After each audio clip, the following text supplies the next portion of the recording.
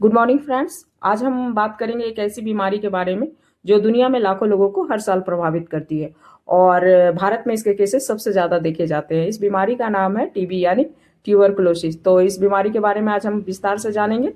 तो सबसे पहले जानते हैं कि टीबी फैलता कैसे है। टीबी हवा के जरिए फैलता है। जब कोई संक्रमित व्यक्ति खांसता, छींकता या जोर से बात करता है तो हवा में टीबी का बैक्टीरिया फैल जाता है और जब कोई स्वस्थ व्यक्ति सांस लेता है तो वो उसके शरीर में प्रवेश कर जाता है और इस तरह से उसे टीबी हो सकता है। लेकिन जिन लोगों की इम्यूनिटी स्ट्रांग होती है, जब सांस के माध्यम से टीबी का बैक्टीरिया, जिसको कि माइकोबैक्टीरियम ट्यूबरकुलोसिस बोलते हैं, जब उसके बॉडी में प्रवेश करता है तो उनका इम्यून सिस्टम इस बैक्टीरिया के अगेंस्ट फाइट करता है और उसके ग्रोथ को रोक देता है।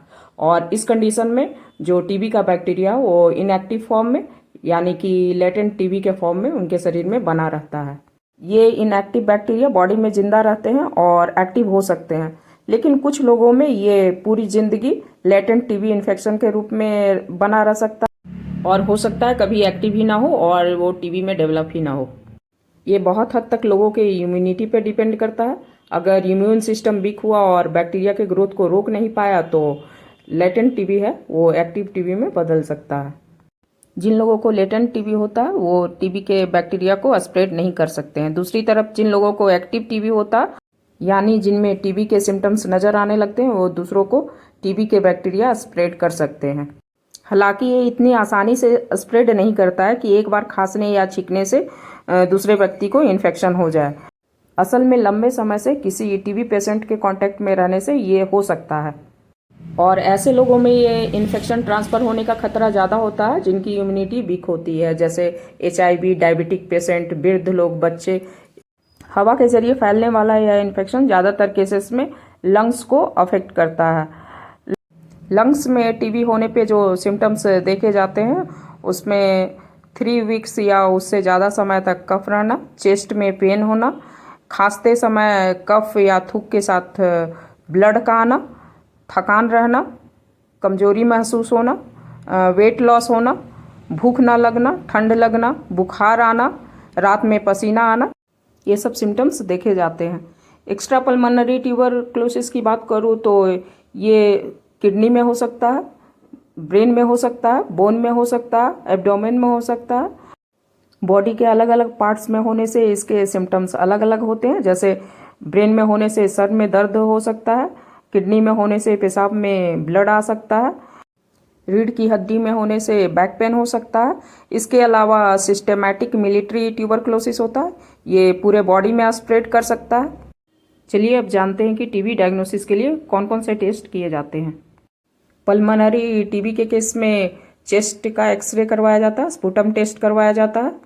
इसके अलावा जीन एक्सपर्ट टेस्ट करवाया जाता है, इसमें स्पुटम सैंपल का उपयोग किया जाता है, लेकिन इसके अलावा किसी भी बॉडी फ्लूइड से यह टेस्ट किया जा सकता है।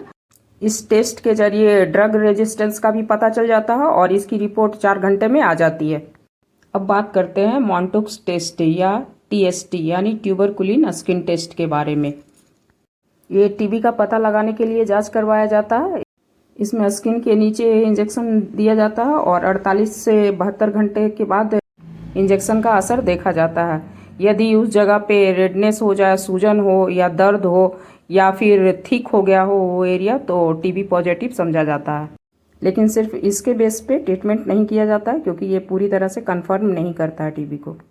इसके अलावा ब्लड टेस्ट, जिसको कि क्वांटिफेरॉन टीबी गोल्ड टेस्ट भी बोलते हैं, इसके बेस पे टीबी का ट्रीटमेंट नहीं किया जाता है, ये सिर्फ डायग्नोस में हेल्प करता है। इसके अलावा ज़रूरत पड़ने पे CT स्कैन या MRI करवाया जाता है जब टीबी फेफड़े के अलावा किसी और अंग में है। बायोप्सी करवाया जाता है यदि टीबी लंफ नोड में हो या टिश्यूज में होने पे।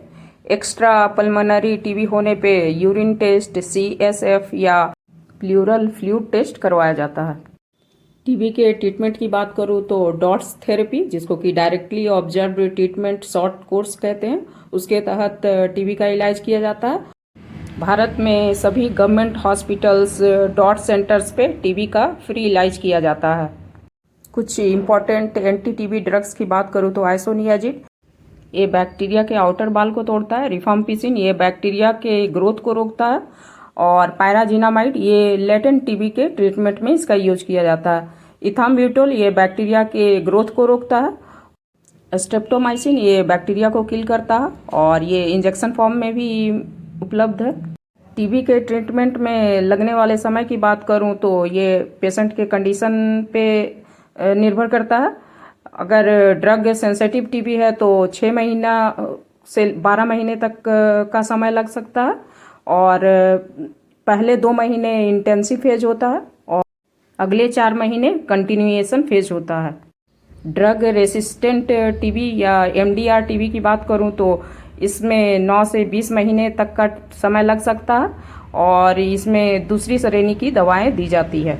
टीबी के इलाज में जो विशेष सावधानी बरतनी चाहिए वो है कि ये दवा रोजाना तय समय पर ले, बीच में कभी भी दवा ना छोड़े, पौष्टिक भोजन ले जैसे प्रोटीन, दूध, फल और हरी सब्जियां, धूम्रपान और शराब से दूर रहें, खांसते समय या छींकते समय मुंह को ढके ताकि दूसरे लोग इन्फेक्टेड ना हो, डॉक्टर की सलाह के बिना दवा ना बदलें, सिम्टम्स खत्म होने पर भी कोर्स को पूरा करें।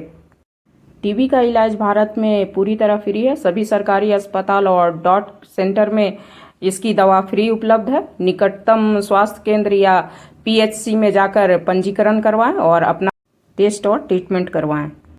दोस्तों, अगर मेरा वीडियो आपको इन्फॉर्मेटिव लगा हो, यूजफुल लगा हो तो आप प्लीज़ मेरे चैनल को लाइक, शेयर और सब्सक्राइब कर दें दोस्तों। थैंक यू दोस्तों।